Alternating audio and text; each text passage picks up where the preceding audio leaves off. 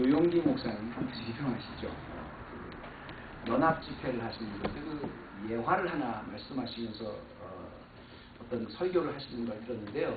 그 예화가 잊어지지가 않는 게 뭐냐면 굉장히 유명한 예화고 모두 다 알고 있는 예화라는데 그때부터 그 픽처가 그 예화에 나오는 그 픽처가 제 머릿속에 그려져서 늘 이렇게 참 뭐 설교를 하거나 그럴 때 많이 저도 인용을 하기도 하고요. 또 제게 교훈을 받기도 합니다. 그건 뭐냐면 어떤 시골에서 할머니가 무거운 짐을 머리에 이고 가십니다. 그 장을 나가서 자기의 농사한 걸 팔러 가시는데 그걸 길에서 지나가던 그 택시 운전사가 보고 마음이 안 돼서 할머니에게 이제 그 택시를 태워드린 거죠.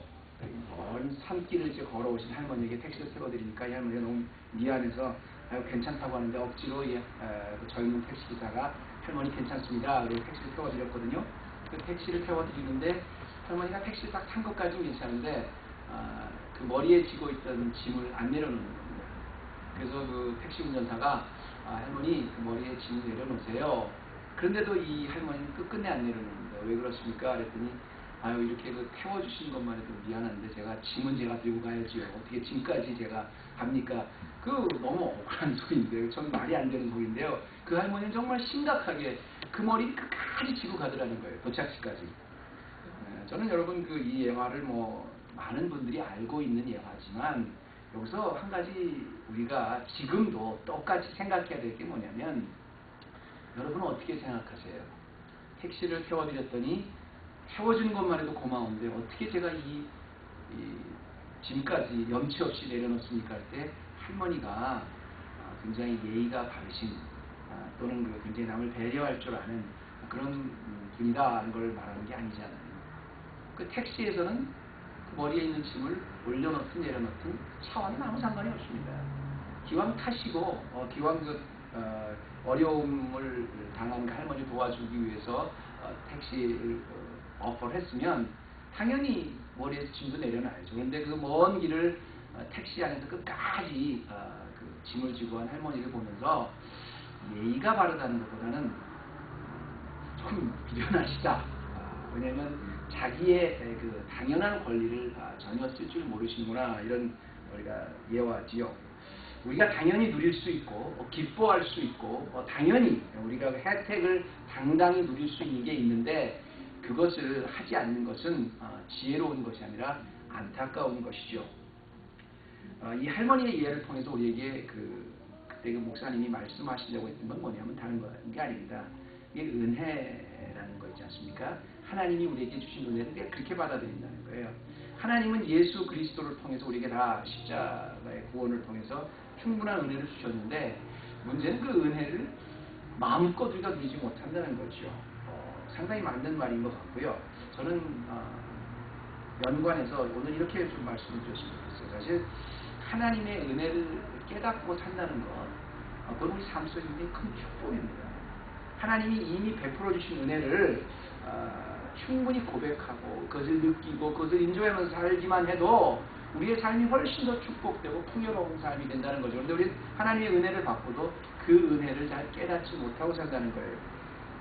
오늘 여호수아서 24장 오늘가 1절부터 13절까지 우리가 같이 교독을 나눴습니다만 여호수아 24장 1절부터 13절은 상당히 의미 있는 절입니다. 왜냐하면 이 여호수아 장군이 이제 가나안 땅에 들어와서 가나안 땅을 다 정복하고 마지막으로 이제 임종하기 전에 110세의 일기를 다 마치고 자기가 죽기 전에 이스라엘의 12지파를 다 불러서 세겜 땅에서 했던 마지막 부탁이며 고백이며 자기의 신앙 고백입니다.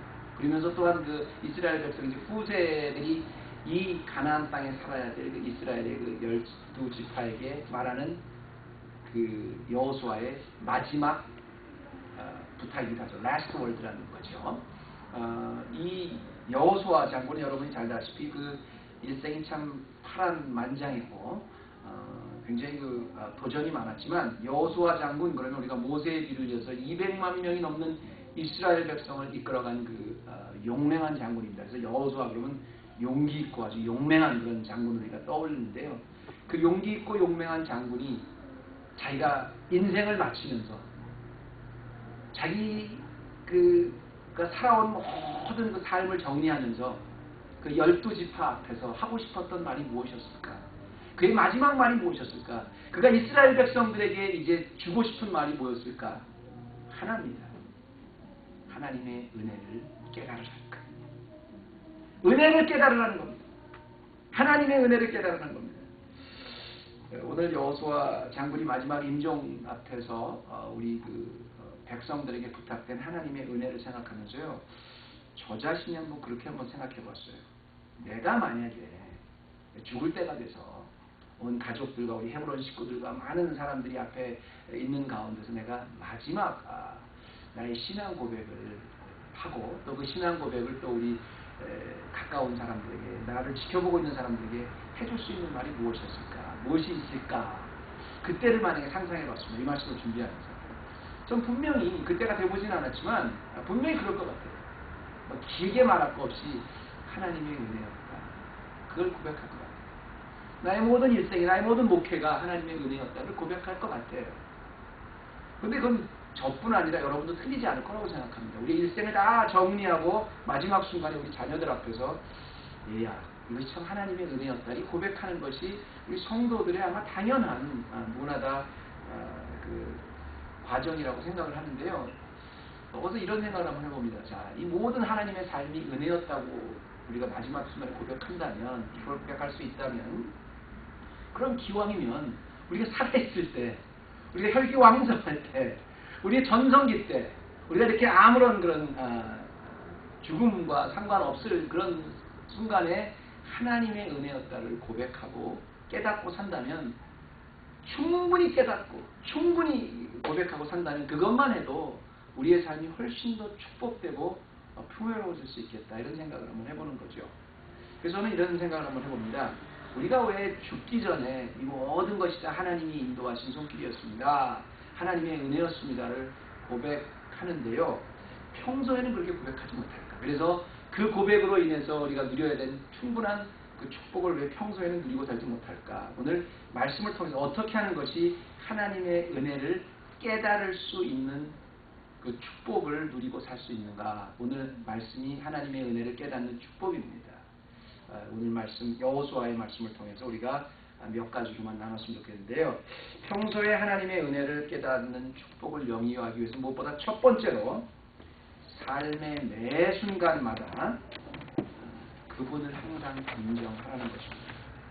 다시 말씀드리면 삶의 매 순간마다 하나님 측에서 말씀하시는 내가를, 그러니까 내가 말하는 내가 아니라 하나님이 말씀하시는 내가를 인정하라는 겁니다.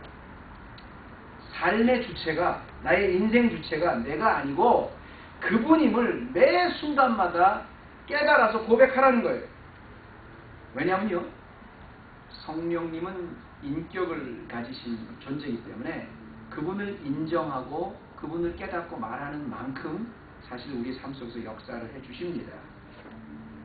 여러분, 제가 질문을 하나 드릴게요. 오늘 우리가 쭉 1절부터 13절까지 읽었습니다만 3절부터 우리가 13절까지 한번 쭉 여호수아가 고백한 내용 중에서 가장 많이 나오는 말이 뭡니까?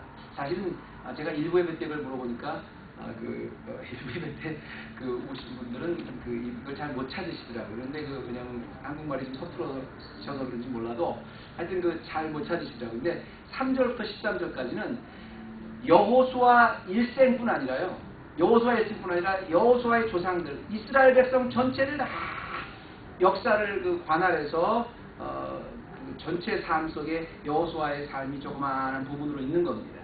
그 여호수아라는 한 인생, 110년의 한 인생뿐 아니라 그 조상들에 있었던 모든 삶을 전부 다 통괄해서 지금 여호수아가 이스라엘 10지파들 앞에서 쫙 설명을 하는 거예요. 하나님의 말씀을 그대로 인용을 해서 이렇게 설명을 하는 거예요. 거기서 가장 많이 나오는 말이 뭡니까? 할렐루야. 역시 2부에 나오시는 성도님들은 너무 수준이 높으셔서 금방 빠르네요. 내가 그럼 다시 한번 질문합니다. 하나님이 이스라엘의 전체 역사 중에 가장 많이 나오는 말이 내가인데요. 그러니까 이거는 여호수아가 내가라는 뜻이 아니라 하나님의 말씀이 곧 그래서 하나님께서 말씀하시기를 내가 그러니까 하나님이라는 거죠. 총 몇 번 나오는지 아세요?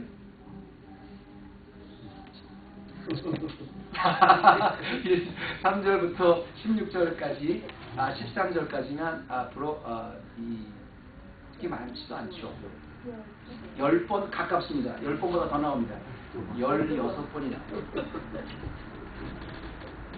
여러분 3절부터 13절까지 무려 10절 짧은 절에 이스라엘의 역사를 전부 다 총괄하면서 여호수아가 지금 이야기하고 있는 것은 하나님의 말씀을 그대로 옮겨서 내가 너희 조상 아브라함을 강저편에서 이끌어냈다. 내가 모세와 아론을 보내서 너희들을 이끌어냈다. 내가 그 가운데 행했고 내가 바다를 갈랐고 내가 너희 열조가 하나님께 부르짖기로 내가 여호와 가 애굽에서 행한 일을 너희가 목도했고 내가 또 너희를 인도해서 요단으로 인도했다. 내가 그들을 너희 손에 붙였다. 내가 축복을 했고 내가 왕보를 보냈고 내가 너희 수고하지 않는 땅을 줬다는 내가를 계속 강조하십니다. 지금 사실 여호수아가 죽기 전에 인종을 하면서 이스라엘 백성들이 앞으로 이제 자기는 죽지만 그 땅에서 가나안 땅에서 대대로 살아가야 할 자기의 후손들을 향해서 여호수아가 신신당부하게 부탁한 하나님의 말씀을 다른 게 아닙니다. 내가 하셨다는 거예요. 그분이 하셨다는 거예요. 자기의 110년의 인생뿐 아니라 수백 수천 년의 역사의 흐름을 통해서 이스라엘을 택하시고 이스라엘을 이끄시고 이스라엘의 모든 역사를 주관하신 중심에는 딱 하나입니다. 내가입니다. 내가라는 표현이 무려 16번이나 강조될 만큼 여호수아 장군이 모세에 이어서 이스라엘을 이끌고 가나안 땅을 다 정복하고 나서 지금 죽을 때가 돼서 보니까 그분의 은혜였다는 겁니다. 내가 한 것이 아니라 하나님이 하셨다는 겁니다. That's it. 그게 나의 그거 기억하라는 겁니다. 사실 이스라엘의 크고 작은 역사를 쭉 돌이켜보면 우리가 꼭 지금 여호수아 24장을 꼭 보지 않아도요. 정말로 이스라엘의 모든 삶 속에서 항상 이스라엘 자신이 무엇을 주도적으로 한 적은 아무것도 없었습니다. 처음부터 노예 민족이었던 작은 민족을 하나님께서 끌어내셔서 광야에서 인도하시고 그 노예 민족의 전부터 조상을 하나님께서 택하시고 그리고 지금까지 가나안 땅에 인도하는 모든 관계 가운데 하나님이 주도하셨고 인도하셨고 하나님께서 축복해 주신 결과라는 겁니다. 우리가 잘 아는 말씀 이사야 41장 뭐라 그래요? 두려워 말라 내가 너희와 함께합니다. 내 백성을 가게 하라. 바로 앞에 이야기하는 말씀이죠. 내가 너를 지명하여 불렀나니 너는 내 것이다. 이게 이스라엘의 역사예요. 다해. 여러분 이스라엘이라는 게 되게 대단한 민족이 아니었습니다. 원래는 야곱이 이제 이스라엘인데 원래 야곱 때는 움켜쥐는 자, 빼앗는 자, 사기꾼이라는 소리였거든요. 근데 하나님께 이스라엘로 만들어 주셨잖아요. 형편없던 존재를 뽑으신 것도 내가 하나님이시고 그들을 의로운 백성으로 만들어 주신 것도 하나님이시고 내가 그리고 그걸 불과 기둥으로 인도해 주셔서 어려운 상황에서 인도해 주신 것도 다 내가라는 겁니다. 우리가 그리스도의 보혈로 새 이스라엘이었습니다. 우리들에게 결코 야곱과 같이 자신을 움켜쥐고 빼앗을 수 있는 우리만이 말하는 내가가 사실은 우리의 삶 속에 너무 많지요. 그런데 우리의 삶이 정말 복되고 윤택하게 하려면 무엇보다 하나님의 은혜를 깨달으면 무엇보다 내가가 아니라 하나님이 말하는 내가 즉 그분이 하시고 그분이 주라는 걸 순간순간 인정해야 된다는 겁니다. 제가 좋아하는 그 격언 중에서 이런 말이 있어요. 기차가 터널을 지날 때는 결코 칸을 옮기지 말아라. 그 말은 전 참 좋아해요. 왜 좋아하냐면 거기 그 은혜를 너무 많이 설명한 것 같아서 그래요. 자 보세요. 우리가 인생이 터널을 지나갈 때 또 낙심에 짓눌려서 온 사방이 캄캄할 때 말입니다. 그때는 일절 결정을 내리지 말라는 거예요. 아무리 어두운 침묵이 지나고 아무리 그 터널의 어두움이 길어도 말입니다. 그 어두운 침묵 가운데 그 기차를 움직이는 분이 내가 아니고 하나님이기 때문에 절대로 우리가 우리의 인생의 기차가 터널과 같이 어두운 곳을 지날 때는 내 스스로 결정하지 말고 하나님이 어떻게 하는지를 참고 기다리라는 거예요. 하나님은 순종하는 자녀들에게 적절한 때에 새로운 지시사항을 전달하시는 일을 하시기 위해서 책임을 져주시는 분이지 결코 매 순간마다 새로운 지식사항이 필요한 것을 자녀가 책임지고 알아낼 필요가 없다는 거예요. 참 멋있는 말입니다. 우리가 정말 터널을 지나는 동안에 결코 기차칸을 옮겨 다니는 것 같이 우리의 인생의 어두운 터널을 지날 때도 전에도 그렇게 하신 것처럼 지금 이 순간도 어차피 터널을 지나서 제자리로 옮기게 하실 분은 하나님이라는 걸 알고 기다리라는 겁니다. 이것이 바로 여호수아가 백성들을 이끌면서 그리고 110년의 장수로서의 생활을 마감하면서 이스라엘 백성의 역사를 쭉 묵고하면서 깨달았던 진리입니다. 내가 하셨다는 것. 내가 한다는 것. 하나님이 하신다는 것. 내가 모세와 아론을 보냈고 또 내가 나를 인도해서 모든 삶 속에 항상 하루에 한 번 여러분 이 말을 좀 반복했으면 좋겠어요. 헤브론 교회 성도들 어떻게 하면 하나님의 은혜를 좀 깊이 깨달을 수 있을까요? 내가 보냈고 내가 데려왔고 내가 인도했고 하나님이 다 하셨다는 하나님의 은혜를 순간순간 내가 아니고 하나님이 하신다는 걸 인정하라는 거예요. 두 번째는 우리가 정말 은혜를 깨닫는 축복을 삶 속에 영위하기 위해서는요. 나 역시 세상에서 명령할 수 있는 존재라는 것을 깨달아야 됩니다. 나도 명령할 수 있는 존재라는 거예요. 그때 그냥 시시한 명령이 아니라 나도 어마어마하게 큰 명령을 할 수 있는 존재라는 걸 깨닫지 못하기 때문에 그것만 깨닫고 그것만 알아도 굉장히 우리에게는 큰 삶의 윤택함이고 풍성함이 더해질 수 있습니다. 이제 여호수아가 말이죠. 이제 그 1절부터 이제 11절까지 쭉 하나님이 어떻게 이스라엘 백성을 이끌어 보셨냐. 내가 인도하셨다. 그걸 계속 옮겨주지 않습니까? 그걸 이스라엘 백성이 하면서 마지막 구체적으로 하나님이 어떻게 그 이스라엘 백성을 인도하시는 것을 12절에 보면 이렇게 말을 해요. 내가 왕벌을 너희 앞에 보내요. 그 아모리 사람의 두 왕을 너희 앞에 쫓아내게 하였나니 너희 칼로나 너희 활로나 네가 찬 것이 아니다. 이렇게 말씀합니다. 내가 하셨다는 거죠. 그런데 하나님께서 내가 그 이스라엘 백성을 인도해서 그 아모리 왕들과 그 모든 그 아모리 왕과 더불어 그 연합군을 물리치게 했던 것은 이스라엘의 칼이 아니라 하나님이 왕벌을 보내셨다고. 제가 또 하나 물어볼게요. 죄송합니다. 아침에는 물어본 게 많아서 죄송한데 왕벌이 뭡니까? 왕벌이 뭐예요? 그렇죠. 그렇죠. 말벌, 그 자이언, 호넷, 호넷, 그렇죠. 자이언 그 비죠. 그 호넷 같은 거, 와스프 같은 거 왕벌이죠. 근데 사실 그 이호 왕벌이라는 게 팔레스타인 지방의 왕벌은 정말 그 어마어마하게 큰 왕벌이 이때네요. 꼭 그렇게 얘기를 해요. 근데 사실은 제가 이 왕벌에 대해서는 이 왕벌이 무엇이냐에 대해서는 사실은 그 여러 가지 신학자들 사이에서도 의견이 분분합니다. 왜냐하면 예를 들어서 이게 진짜 literally 왕벌을 의미한다. 팔레스타인의 왕벌. 그래서 이스라엘 백성이 그 아모리 사람과 그 연합군을 하고 싸울 때 이긴 이유가 뭐냐면 하나님께서 진짜 그 팔레스타인에 있는 그 왕벌 떼를 보내서 그 적군들을 물리치게 하셨다. 그렇게 해석하는 분도 있어요. 문자적으로. 반면에 이것은 아니다. 상징적인 말이다. 왕벌이라는 것은 사람이 감당할 수 없는 큰 힘이기 때문에 사람이 그 적대할 수 없는 거기 때문에 그때 당시에 그 아모리 사람이나 연합군은 사실 애굽이 먼저 공격을 했거든요. 늘 애굽의 침략을 받았거든요. 그러니까 그 하나님이 이스라엘 백성이 그들을 침략해서 점령하기 쉽게 하기 위해서 애굽을 통해서 그들의 힘을 좀 약화시켰는데 그걸 상징적으로 왕벌이라 그런 것이다. 이렇게 또 상징적으로 해석하는 신학자들도 있습니다. 좋습니다. 어떤 것든 상관없어요. 여러분이 어떤 의견을 택하든 그건 그렇게 중요한 게 아닙니다. 다만 분명한 것은 왕벌이라는 것은 사람이 감당할 수 없는 전쟁하는 용사들이 전쟁을 하기에 힘들 정도로 굉장히 힘이 있다는 것과 더불어 그 왕벌, 그 힘이 있는 존재, 그것이 무엇이든 간에 하나님이 이스라엘을 위해서 보내셨다는 것.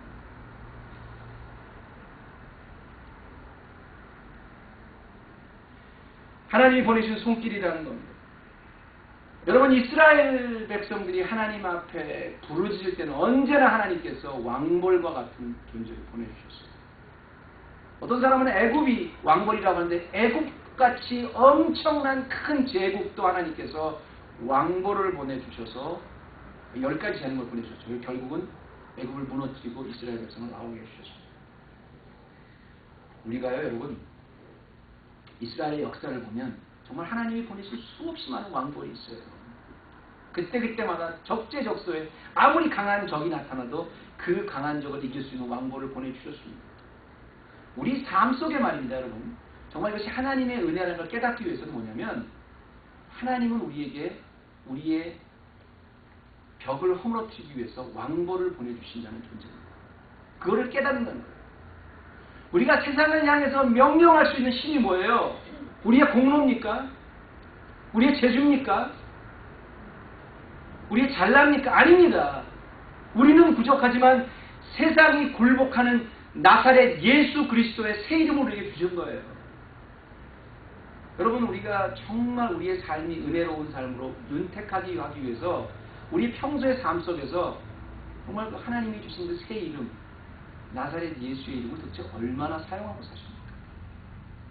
세상을 향해서 나사렛 예수의 이름으로 세상을 꾸짖는 그런 그 명령을 여러분 얼마나 하시고 사세요? 전 절대로 여러분 제가 무슨 뭐 캐리스메틱한 그런 강의에서 무슨 예수의 이름이 뭐 스펠이나 무슨 뭐 이렇게 그 주문같이 이렇게 사용하라는 그런 뜻이 아니라 내가 주 안에 주가 내 안에 있으면 주와 내가 연합해서 있으면 예수 그리스도의 이름 세상이 감당하지 못하는 그 이름이 얼마나 세상에 큰 이름인지 여러분 잘 우리가 몰라요. 그래서 우리의 삶이 참 안타깝게 우리의 주어진 것을 사용하지 못한다는 거죠. 저 옆에 그 절이 있긴 합니다만 이 세상에서 여러분 개념에서 가장 무서운 게 가장 파워풀한 게 뭔지 아세요? 세상 사람들의 관심 속에서 역사를 동원해서 가장 무서운 게 뭔지 아십니까? 왕이 아닙니다. 권력이 아닙니다. 그 권력이나 왕이나 또 물질이나 이런 것보다 더 파워풀한 게 뭐냐면 바로 귀신입니다. 아무리 힘이 있고 돈이 있고 권력이 있는 사람도요 역사적으로 보면 귀신 앞에는 꼼짝 못해요. 왜? 귀신은 영적인 존재이기 때문에 귀신 앞에는 벌벌 떨어요. 그래서 그 무당들도 보면 항상 그 기싸움에서 하려고 반말을 하고 굉장히 뭐라 그럽니까? 좀 무섭게 하잖아요. 우리가 무서워하기 때문에. 근데 에베소서에 보면 우리에게 무서워하는 영을 주지 않는다는데 그 말이 무슨 말이냐면 여러분 하늘과 땅의 모든 것뿐 아니라 귀신이 가장 무서워하는 존재가 누군지 아세요? 바로 예수 그리스도십니다. 세상이 가장 두려워하는 게 귀신인데요. 귀신이 가장 두려워하는 분이 예수 그리스도세요. 근데 그 예수 그리스도의 이름을 우리에게 주셨어요. 이거 여러분 얼마나 사용하고 사세요? 그야말로 체스터튼이 얘기했던 것처럼 기독교인의 문제는 사람들이 시도해봐서 부족하다는 것이 아니라 사람들이 어렵다고 생각 아예 시도하지 않는다는 거예요. 하나님의 자녀와 세상이 틀린 게 뭐냐면 우리에게는 정말로 세상이 감당할 수 있는 어려움이 있다. 그럼 그걸 감당할 수 있는 예수의 이름을 주셨다는 거예요. 그걸 얼마나 사용하고 사냐는 거예요. 하나님은 어떤 의미든 왕보를 보내주신다는 겁니다. 세상을 향해서 명령할 수 있는 것, 그 파워 좀 누리고 살았으면 좋겠어요. 저는 세상에 뭐가 억울하냐, 내가 옛날에 부모님이 남겨주신 조그마한 재산이 있었는데 그걸 갖고 있었으면 지금쯤 굉장히 큰 재산이 됐을 텐데 여러분 그게 억울하세요? 내가 그때 거길 가지 않고 내가 다른 거에 투자를 했으면 지금 큰 내가 재벌이 됐을 텐데 그게 억울하세요? 임종 때 보면 그런 거 억울하지 않습니다. 저는 이렇게 생각해요. 하나님은 우리에게 이미 하나님의 백성 삼아주셨고 나사렛 예수 그리스도의 이름으로 무엇이든 정복할 수 있는 우리의 이름을 주셨는데 그거 생전 사용하지 않고 다른 거에 신경 써 그게 가장 억울하지 않겠어요? 우리의 삶이 풍성해지고 싶다고요? 정말 행복해지고 싶다고요? 축복해주고 싶다고요? 은혜를 깨닫고 싶다고요? 여러분 오늘부터 여러분은 영적으로 예수 그리스도의 권능을 가진 존재라는 것을 깨닫고 프랙티스 하세요. 활용하세요. 그것이 은혜를 좀 더 조금이라도 깨닫고 사는 은택과 축복의 삶을 본다. 한 가지만 더 한다면요. 우리가 정말로 삶 속에서 은혜를 깨닫는 축복을 영위하기 위해서는 없는 것 보지 마시고요. 이미 하나님이 주신 것 감사하세요. 이미 하나님 주신 것 충분하다고 자꾸자꾸 그렇게 감사하면서 하세요. 그러면 우리의 삶이 훨씬 더 윤택해지고 은혜롭고 풍성해집니다. 자, 우리 13절 말씀 제가 읽을게요. 이게 무슨 말인가? 여호수아가 말이죠. 이스라엘 백성들에게 내가 왕보를 하나님께서 보내주셔서 너희가 이런 존재였다는 걸 설명하면서 13절에는 더 구체적으로 얘기합니다. 내가, 이건 하나님입니다. 하나님 말씀 그대로 옮긴 겁니다. 내가 또 너희에게 수고하지 아니한 땅을 너희가 건축하지 않은 성읍을 너희에게 주었더니 너희가 그 가운데 거하면 너희가 또 자기의 심지 아니한 포도원과 감람원의 과실을 먹는다 하였느니라. 이게 여호수아의 마지막 하나님의 옮긴 말씀이었었어요. 영어로 보면 So I gave you land on which you did not toil and cities you did not build. And you live in them and eat from vineyard and olive groves that you did not plant. 정말 전 이걸 보면서요. 그 이스라엘 백성이 가나안 땅에 들어갈 때를 한번 가만히 생각해 봤어요. 물론 그 이스라엘 백성이 전쟁을 했지만 하나님이 왕보를 보내주셨기 때문에 이게 유진 전쟁이었거든요. 원래 하나님이 주시겠다고 약속해서 그 수백 년 전에 아브라함과 이삭과 야곱의 하나님의 그 약속을 잊지 않으시고 하나님 주신 거지만 사실 이스라엘 자체로 보면 이스라엘이 가나안 땅에 무슨 근거가 있어 들어간 거예요 도대체? 이스라엘 백성들은 원래 그 당시에 이제 천한 직업이었다는 유목민들이었습니다. 그래서 애굽 왕 앞에서도 우리는 유목을 하는 사람들이 이렇게 얘기를 하지 않습니까? 근데 그때 당시에 상당히 고급 그 직업은 농업이었었어요. 유목민들은 천한 것을 열었거든요. 그러니까 평생 조상 대대로 천한 직업에서 유목민 생활을 하고 살았어요.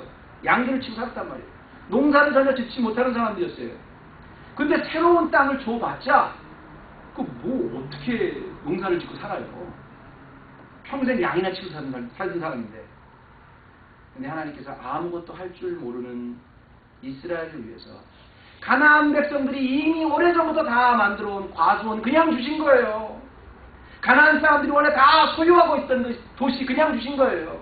가나안 사람들이 원래부터 다 수없이 오랜 세월 동안 만들어 놓았던 경작했던 그 농토, 과수원 그냥 다 주신 거예요. 여기서 이스라엘 백성이 들어와서 올해는 뭐 무슨 농사가 안 되고 무슨 농사가 안 되고 그런 말한 불평할 일이 뭐가 있냐는 거. 원래 없었는데 이스라엘 사람들은 전혀 없었던 것을 만들어 주신 건데요. 우리가 냉정히 보면요, 이스라엘 사람들이 가나안 땅에 들어와서 양심이 있으면 이스라엘 백성은 가나안 땅에 사는 이스라엘 백성은 양심이 있으면 사실 불평하면 안 됩니다. 광야에서 사는 걸 불평한다고요? 아니요. 430년 동안 노예로 살았어요. 그거 구해주신 것만 해도 감사한데 생각지도 못했던 자기 조상 대대로 조상 차례전에 약속한 그 약속에 의거해서 새로운 땅에 들어가서 가나안 땅 사람들이 다 경작해놓고 세워놓은 그 아름다운 거 그냥 다 공짜로 놔주신 거예요. 그 풍요로운 땅에서 하나님을 섬기는 것이 아니라 우상 숭배를 한다는 것은 어떻게 보면 죄악된 게 아니라 참 양심이 없는 겁니다. 여러분 은혜를 왜 항상 풍성한 은혜라고 그러냐면요. 은혜라는 게 선물이라는 단어에서 나왔는데 선물이라는 건 그냥 있는 걸 더 채워준 게 아니라 아예 없었던 거, 생각 못했던 거 그냥 준 게 은혜예요. 이스라엘 백성은 그냥 노예 민족이었어요. 형편없는 아주 작은 자들이었었어요. 세상에서 가장 못난 사람들이었습니다. 무시받는 사람들이었어요. 그런 하나님이 무조건 뽑아주셔서 무조건 해방시켜주시고 무조건 훈련시키고 무조건 만나와 매출하게 먹여주시고 무조건 들어가서 무조건 살게 하셨어요. 전부 다 24장에 보면 내가 했다 그러잖아요. 내가 이스라엘이 뭘 했다는 말 전혀 안 하지 않습니까? 우리 영어에 better than nothing이라는 말이 있지만요. 사실 이스라엘 백성이 받은 거 보면 better than nothing이 아니라 진짜 세상말로 땡산 그게 이스라엘만 그래요. 여러분 우리 삶 속에 주신 은혜가 말입니다. 우리가 그리스도인이 돼서 정말 하나님을 아버지라고 불러서 매 주일마다 와서 예배를 드린다는 것 이거 가만히 생각해보면요. 이거 하나만 갖고도 이스라엘 백성뿐 아니라 우리도 평생을 하나님 앞에 감사만 하고 우리에게 주신 것 가만히 생각 우리의 가족, 우리의 교회, 우리의 직장, 우리의 모든 나에게 베풀어진 것만 해도요. 정말 감사만 해도 우리 일생 동안 다 감사 못하고 삽니다. 이미 받은 게 너무 풍성하다는 걸 우리가 알아야 우리 삶이 은혜를 깨닫는 축복을 받을 수 있어요. 영국에서 어떤 사람이 신문에다 이런 기도를 했다고 해요. 내가 지난 30년 동안 교회 생활을 하면서 교회를 단 한 번도 빠져본 적이 없습니다. 그리고 교회에서 우리 목사님 말씀을 무려 30년 동안 3,000번 이상을 들었습니다. 근데 30년이 지난 지금 가만히 생각해 보니까 그 3,000번 이상 들은 말씀 중에 내가 무슨 말씀이 나를 변화시켰는지, 그 어떤 3,000번 이상의 그 말씀 중에서 어떤 말씀이 나에게 축복이 됐는지 지금 기억나는 게 아무도 없습니다. 만약에 내가 30년 동안 3,000번의 메시지를 듣는 것보다 다른 데 투자했다면, 돈도 그렇고 말씀도 그렇고 다른 데 투자했다면, 시간과 물질을 내가 다른 데 투자했다면 훨씬 더 좋은 프로덕트를 낼 수 있었을 텐데 난 너무 억울합니다. 내 인생 돌리도 뭐 그랬겠죠. 반론이 붙었습니다. 여러 사람이 찬반 토론이 있다가 어떤 사람이 이런 반응을 보였다고 그래요. 그렇다. 나도 잘 생각해 봐야겠다는 부정적인 말에서부터요. 그렇게 생각할 수 있겠냐는 그 옹호론까지 전부 다 있었는데요. 그 중에 눈길을 하나 끄는 그런 이랬답니다. 나는 지금까지 아내와 결혼한 지 30년이 됐습니다. 그리고 아내가 지어준 밥을 먹은 것이 가만히 따져보니까 32,541번의 밀을 나의 아내가 나에게 주었습니다. 그런데 내가 지난 30년 동안 아내가 만들어준 32,541번의 음식 가운데 내가 뭘 먹었는지, 뭘 먹고 내가 아직 건강하게 됐는지 전혀 생각나는 게 아무것도 없습니다. 가만히 생각해 보니까 지난 30년 동안 내가 그 32,541번의 밥 때문에 지금도 이렇게 건강하게 살아있습니다. 이렇게 얘기했다는 거예요. 제가 뭐 이런 말씀을 드리면 삐딱하게, 그러니까 우리 헤브론교회 성도 여러분들도 매주 목사님이 주시는 말씀에 감사하다, 그런 뜻을 제가 말하는 건 전혀 아니에요. 여러분, 제가 그런 뜻하고 해서 치사하게 그런 말씀 드린 게 아니고요. 우리가 살다 보면요, 과연 정말 하나님께서 나의 삶에 무슨 일을 하고 계실까? 우리 너무 평범한 플랫한 그런 삶 속에서 하나님이 나에게 어떤 역사를 하실까? 하나님은 살아계실까? 감격을 잊어버릴 때가 참 많아요.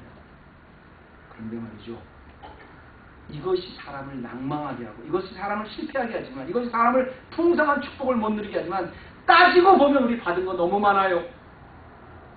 우리 생명 받았어요. 우리 원래 하나님의 자녀와는 아무 상관도 없는 존재들이었어요. 그런데 기어이 나를 찾아와 주셔서 예수 그리스도의 십자가로 인해서 우리를 구원해 주셨을 뿐 아니라 그걸 기어이 믿을 수 있도록 성령님께서 내 마음을 터치해 주셨어요.